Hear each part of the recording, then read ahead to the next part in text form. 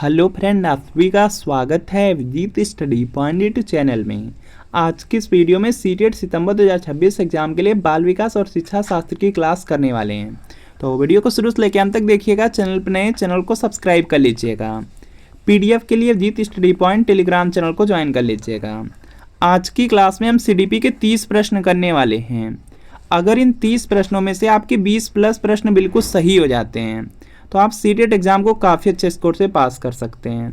तो आज की क्लास से कितने प्रश्न बिल्कुल सही हुए हैं कमेंट जरूर करिएगा। सीटेट एग्जाम 5-6 सितंबर को होने वाला है। सीटेट एग्जाम में देखेंगे 150 प्रश्न पूछा जाएगा, 150 मिनट मिलेगा, 150 नंबर का एग्जाम होगा। इसमें जो पासिंग मार्क है 90 नंबर है जनरल कैटेगरी और अदर स्टेट के लिए। सीटेट की सबसे अच्छी बात है कि 150 में लगभग 100 से 110 प्रश्न प्रीवियस ईयर क्वेश्चन पेपर से पूछा जाता है। चाहे कोई सब्जेक्ट हो, जैसे सीडीपी है, सीडीपी में 20 से 22 प्रश्न प्रीवियस ईयर पेपर से। हिंदी, संस्कृत, इंग्लिश उसमें भी देखेंगे 30 प्रश्न आता है, 20 से 22 प्रश्न प्रीवियस ईयर पेपर से। Social science, math science, primary का ईवीएस मैथ, उसमें भी 60 प्रश्न आएंगे, लगभग 40 से 42 प्रीवियस ईयर पेपर से। तो सीटेट सितंबर 2026 के लिए प्रीवियस ईयर पेपर ले सकते हैं। यह सोशल साइंस का क्लास 6 to 8 का पेपर सेकेंड है। बिल्कुल इसी तरीके से मैथ साइंस के मिल जाएगा, प्राइमरी से आएंगे प्राइमरी का मिल जाएगा। इसमें जून 2011 से फरवरी 2026 तक आज तक सीटेट में जितना पेपर हुआ सबका सब पेपर मिल जाएगा। आंसर की के साथ मिलेगा, एक्सप्लेनेशन, सॉल्यूशन, व्याख्या सब कुछ दिया रहेगा।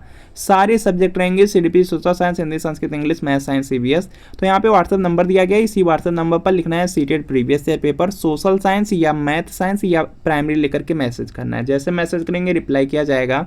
सिर्फ 30 की पेमेंट करनी है। जैसे 30 की पेमेंट करेंगे तुरंत प्रीवियस ईयर पेपर आपको सेंड कर दिया जाएगा। तो व्हाट्सएप पे मैसेज जरूर कर लीजिए। चलिए आज की क्लास को कंटिन्यू करते हैं। आज की क्लास में बहुत ज़्यादा इंपॉर्टेंट प्रश्न है।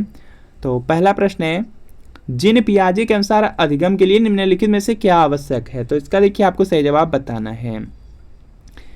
तो 4 ऑप्शन है, चारों ऑप्शन आप लोग यहाँ पे पढ़ेंगे और उसके बाद आंसर करेंगे। पहला दिया गया वयस्कों के व्यवहार का अवलोकन, दूसरा है ईश्वरीय न्याय पर विश्वास, तीसरा है शिक्षकों और माता पिता द्वारा पुनर्बलन और चौथा दिया गया शिक्षार्थी के द्वारा पर्यावरण की सक्रिय खोजबीन।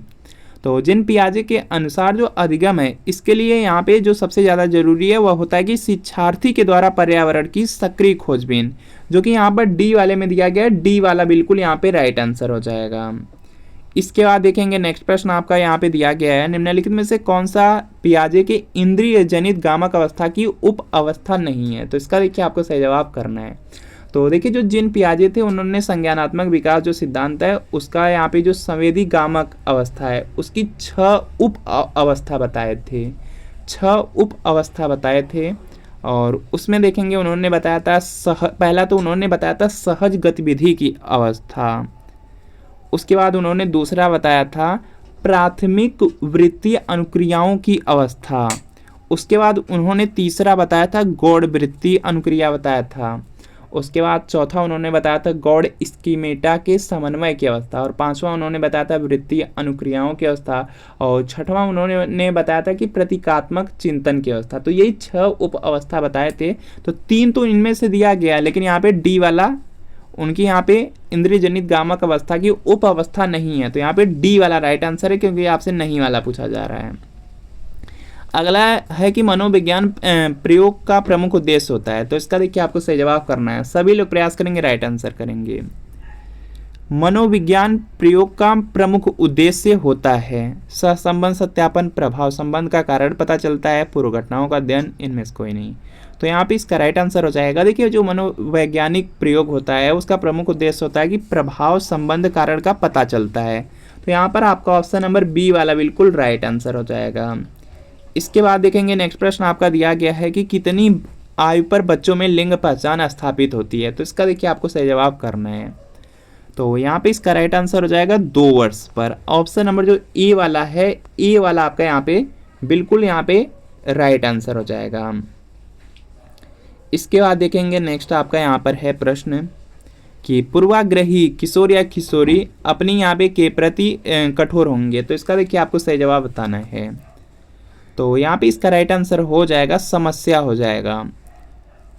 जो पूर्वाग्रही यहाँ पे किशोर हैं वह अपनी जो समस्या होती है उसके प्रति कठोर होंगे। तो यहाँ पर आपको ऑप्शन नंबर ए वाला आपका यहाँ पे बिल्कुल राइट आंसर हो जाएगा। इसके बाद देखते हैं नेक्स्ट प्रश्न आपका यहाँ पे दिया गया है, निम्नलिखित में से उत्प्रेरणा में कौन सा कारक संबंधित नहीं है। उत्प्रेरणा से कौन सा कारक संबंधित नहीं है? तो इसका देखिए आपको सही जवाब बताना है।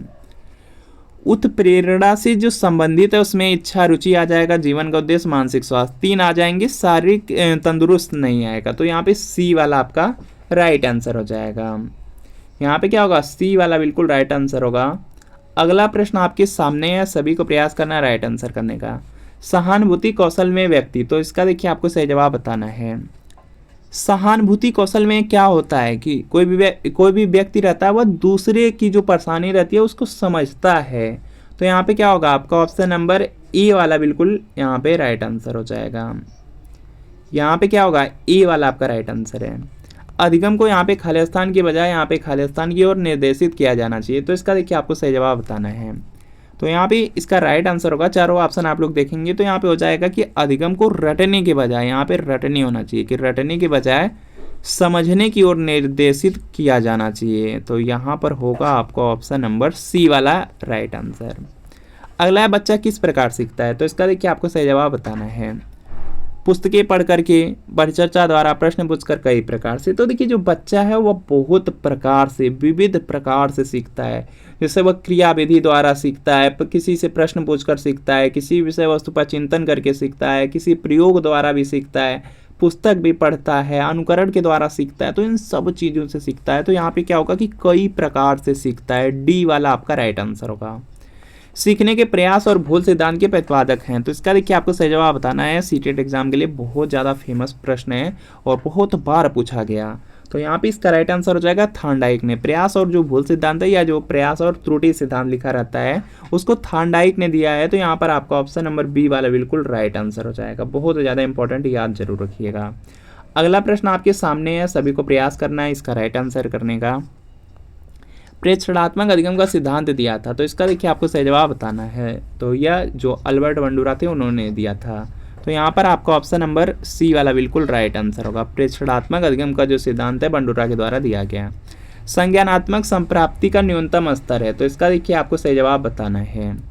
और यहाँ पर देखेंगे इसका राइट आंसर हो जाएगा यहाँ से, इसमें सबसे नीचे होता है आपका यहाँ पे न्यूनतम स्तर पूछा गया है तो उसमें आ जाएगा ज्ञान आ जाएगा।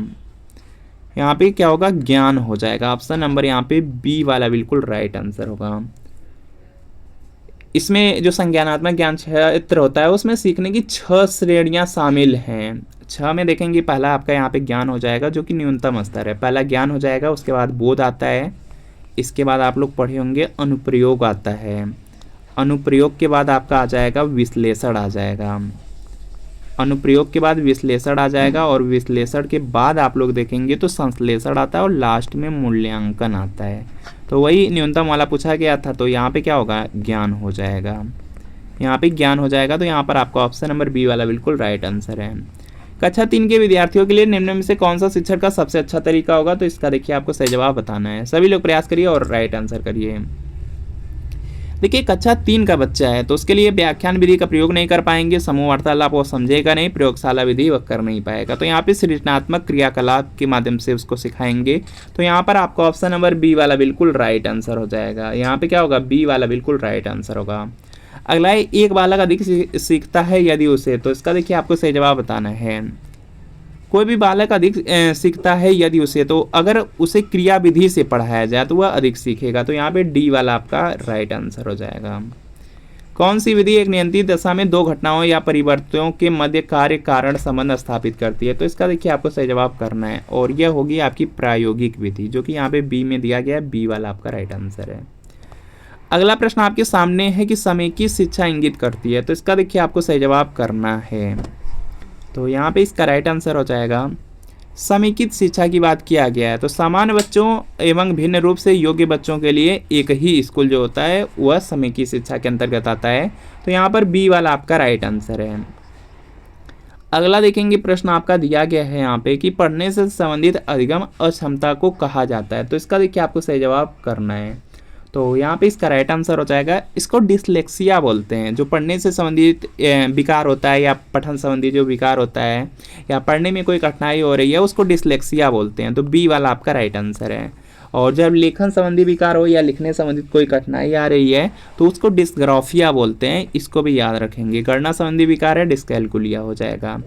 अगला प्रश्न है कि प्रदर्शन बुद्धि को निम्न के द्वारा मापा जाता है, तो इसका देखिए आपको सही जवाब बताना है। देखिए जो प्रदर्शन बुद्धि है इसको चित्र व्यवस्था के द्वारा मापा जाता है, तो यहाँ पे डी वाला आपका राइट आंसर होगा। इसके बाद देखेंगे नेक्स्ट प्रश्न है कि आमतौर पर बौद्धिक स्तर की गणना शैक्षणिक प्रदर्शन के साथ सहसंबंधित होती है, तो यहाँ पे इसका राइट आंसर होगा यह अत्यधिक हो जाएगा। आमतौर पर जो बौद्धिक स्तर की गणना है वह शैक्षणिक प्रदर्शन के साथ अत्यधिक सहसंबंधित होती है, तो यहाँ पे बी वाला राइट आंसर है। बोली जाने वाली भाषा की सबसे छोटी इकाई है, तो यहाँ पे इसका राइट आंसर हो जाएगा। इसको बोलते हैं ध्वनिग्राम बोलते हैं, ध्वनिग्राम को स्वनिम बोलते हैं, स्वनिम बोलते हैं। तो यहाँ पर आपका ऑप्शन नंबर सी वाला राइट आंसर होगा, सी वाला आपका यहाँ पे राइट आंसर हो जाएगा। अगला प्रश्न है कि यदि कुछ विद्यार्थी कक्षा में अध्ययन की चित्तवृत्ति में नहीं है तो आप क्या करेंगे, तो इसका देखिए आपको सही जवाब बताना है। तो यहाँ पे देखेंगे 4 ऑप्शन है, चारों अगर आप लोग अच्छे से पढ़ेंगे तो यहाँ पर देखेंगे डी वाला आपका राइट आंसर हो जाएगा। उन्हें उनकी रुचि अथवा आप अपने विषय के अनुसार रुचिपूर्ण चीज़ें उनको बताएंगे, तो यहाँ पे क्या होगा, डी वाला राइट आंसर है। क्योंकि कोई बच्चा है उनको अध्ययन के लिए बाध्य आप नहीं कर सकते, उन विद्यार्थियों को कक्षा छोड़ने के लिए कह दें तो ये तो बिल्कुल गलत है, यह भी नहीं कर पाएंगे। उन्हें चेतावनी देंगे कि वे अवश्य अध्ययन करें, नहीं तो प्रधानाध्यापक को सूचित कर देंगे, तो यह भी गलत हो जाता है। आपको उनकी रुचि जाननी होगी कि वह क्या चाहते हैं, उसके अकॉर्डिंग अपना जो विषय है उसको आपको पढ़ाना होगा, तो यहाँ पे डी वाला राइट आंसर है। सीखना है तो इसका देखिए आपको सही जवाब करना है, तो यहाँ पे इसका राइट आंसर हो जाएगा, यहाँ पे इसका राइट आंसर होगा पहला दिया गया व्यवहार में परिवर्तन। तो सीखना लर्निंग क्या है आपका, यहाँ पे अधिगम क्या है, व्यवहार में परिवर्तन होता है, तो यहाँ पे पहला तो सही है। अनुभव और अभ्यास का परिणाम है सीखना, तो यह भी तो सही है। व्यवहार में अपेक्षाकृत जो अस्थायी परिवर्तन हो जाता है उसी को अधिगम कहते हैं, लर्निंग कहते हैं, सीखना कहते हैं, ये भी सही है। तो यहाँ पे डी वाला आपका बिल्कुल राइट आंसर हो जाएगा, डी वाला आपका राइट आंसर है, सीखना ये सभी हैं।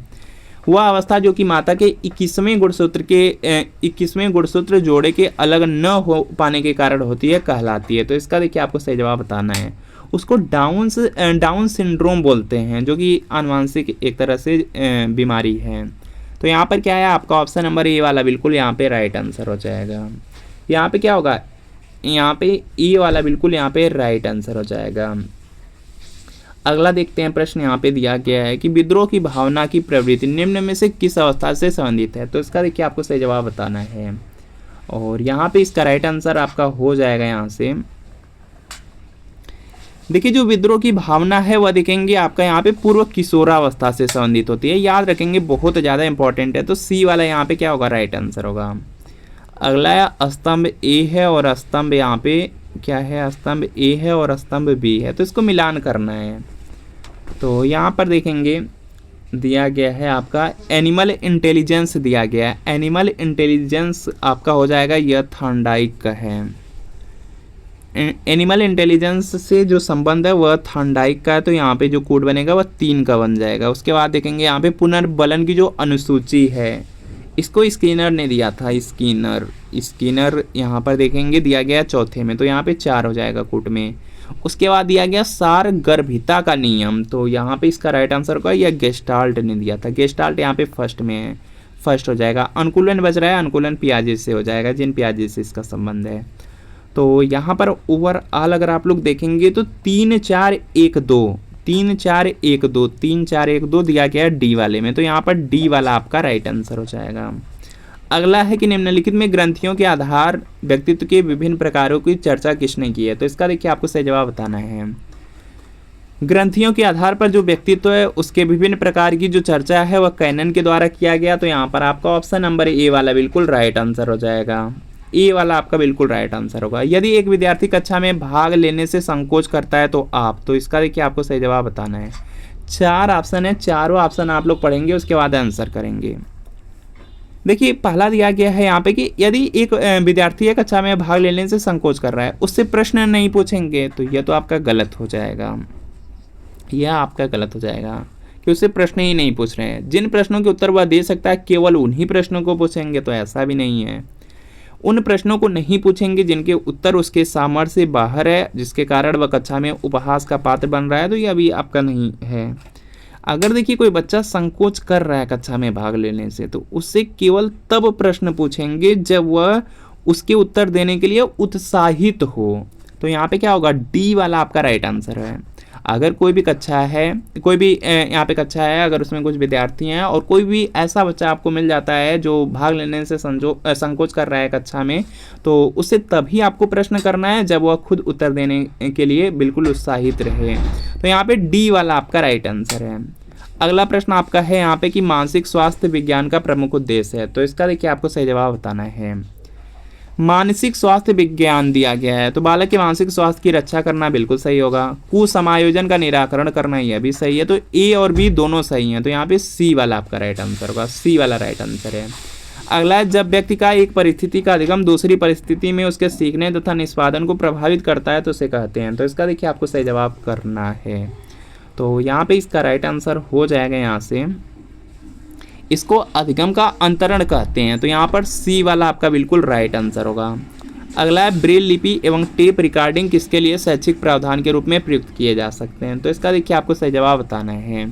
तो यह दृष्टिबाधित विद्यार्थी के अंतर्गत आ जाएगा, तो यहाँ पर बी वाला बिल्कुल राइट आंसर है।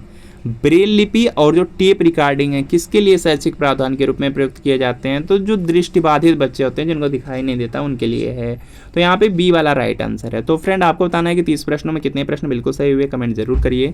और अगर सीटेट सितंबर 2026 की तैयारी कर रहे हैं, प्रीवियस ईयर पेपर जरूर लीजिए, social science, math science, primary सबका मिल जाएगा। 2011 से 26 तक का पूरे 16 साल का पेपर रहेगा, आंसर की के साथ एक्सप्लेनेशन, सॉल्यूशन, व्याख्या सब कुछ है। सारे सब्जेक्ट हैं, CDP, social science, Hindi, Sanskrit, English, math science, CBS. तो यहाँ पे व्हाट्सएप नंबर है, तुरंत इस व्हाट्सएप नंबर पर आपको लिखना है सीटेट